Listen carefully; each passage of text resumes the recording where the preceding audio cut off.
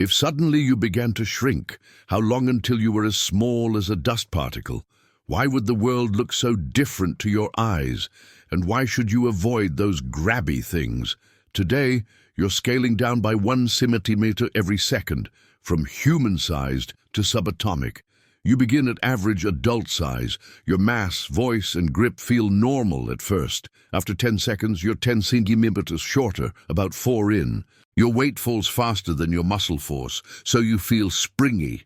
At 20 seconds, down another 10 centimeters, your breathing grows faster and shallower as your lungs shrink. Subtle changes, easy to miss, until the first minute hits. 1 minute after, you are the size of a child, roughly 60 centimeters shorter than when you started, and down a third of your mass. You feel lighter, quicker, and colder. Drafts bite harder. Your voice climbs because shrinking vocal cords raise your pitch. All your organs scale down. Without magically shrinking clothes, sleeves would swallow your hands and pants would drop. Let's say your outfit obliges and shrinks too. 90 seconds, under 1 tall, toddler height.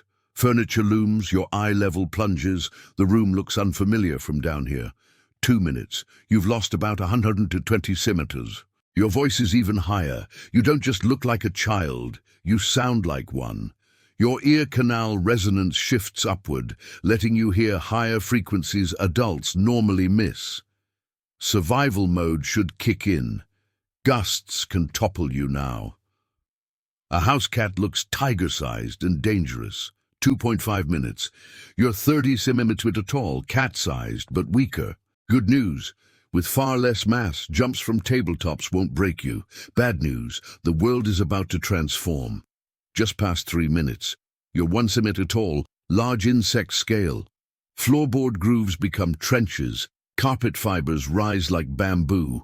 The air feels syrupy, not because it changed, but because at your scale, air resistance pushes on every step.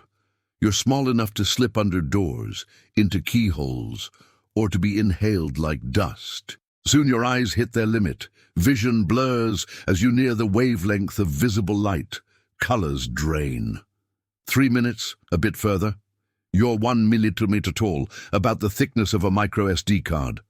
Dust mites, stubby bulldozers bristling with spines, plow through the carpet forest at half your size.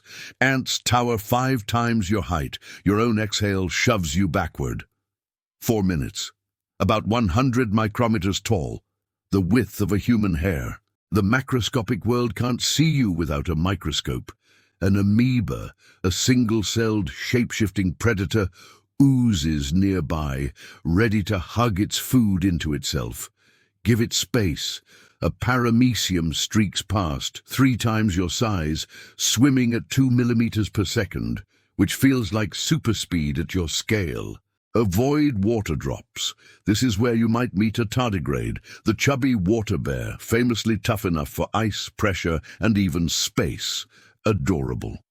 Also, don't get in its way. Your vision keeps degrading. You're roughly the size of light's wavelengths. Edges smear into haze. But physics offers new perks. Gravity's pull feels weak compared to surface forces. Capillary action lets you walk up a water droplet. Yes, you can walk on water when you're this tiny. 5 minutes. You move through forests of mold spores and fungal threads. The biggest bacteria come into view. Keep going.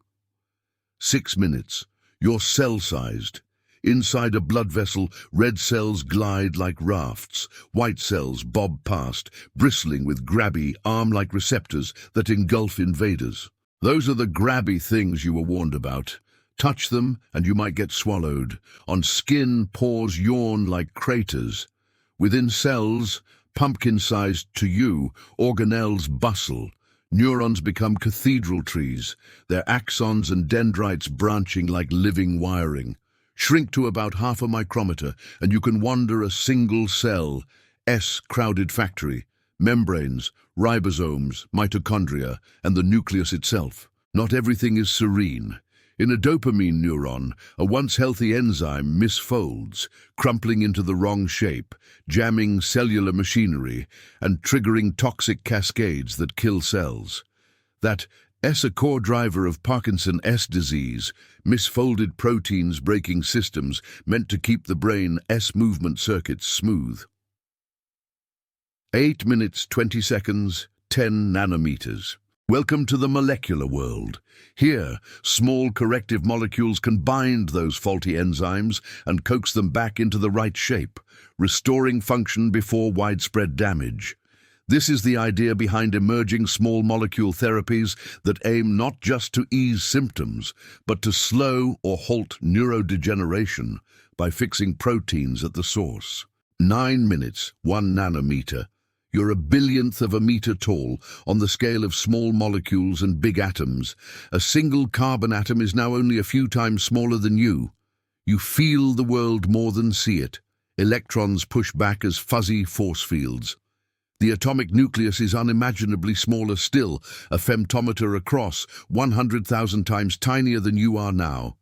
10 minutes. You're atom-sized.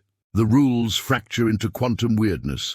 Shape loses meaning. Everything jitters. An atom can swap states in a quantum jump. X-rays scythe by larger than you, sweeping you along like a leaf in a hurricane. Protons, neutrons, and quarks recede into a realm beyond ordinary intuition. At this point, you're no longer separate. You blend into an atomic lattice, perhaps binding into a molecule. Your journey ends not as a person, but as a building block, a single component of a larger thing, maybe even part of future you. Why did everything look so different? Because your size determines which forces dominate and what your senses can detect. As you shrank, heat loss soared, air drag skyrocketed, and Brownian jostling turned your world into soup. Vision failed when you approached light's wavelength. Diffraction smeared edges and erased color contrast. Meanwhile, surface tension and capillary forces came to rule, enough to let you climb water and get trapped by a droplet skin. Inside bodies, immune cells, receptor arms, became deadly grapples, those grabby things built to engulf prey at your new scale. How long did it take to reach dust size? A typical dust particle is about 10 micrometers across. At 1 centimeters per second of height loss, you hit 1 centimeters at 3 minutes, 1 millimeters just after that, and 10 micrometers at roughly 4 minutes 10 seconds. Keep going to 1 micrometer by 4 minutes 20 seconds, then dive into nanoworld minutes later and atom scale at about 10 minutes. You started human, you ended elemental. Things don't always have to get smaller, though. Maybe next time we grow colossal dinosaur-sized.